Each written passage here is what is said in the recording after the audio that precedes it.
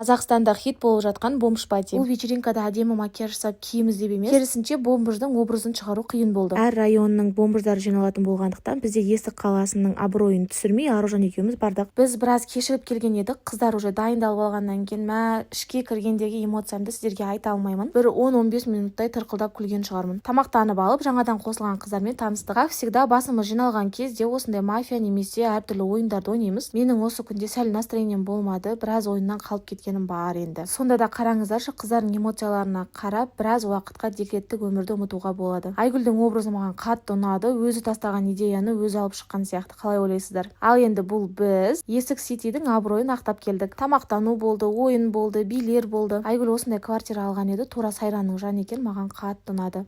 Осы бомж блогерлердің қайсын таныдыңыздар, аккаунттарын белгілеп кетіңіздер. Айтпақшы, өз райондарыңыздағы бомждарды қалай сипаттап беретін едіңіздер, соны жаза кетсеңіздер де болады. Мен сіздерді күтемін.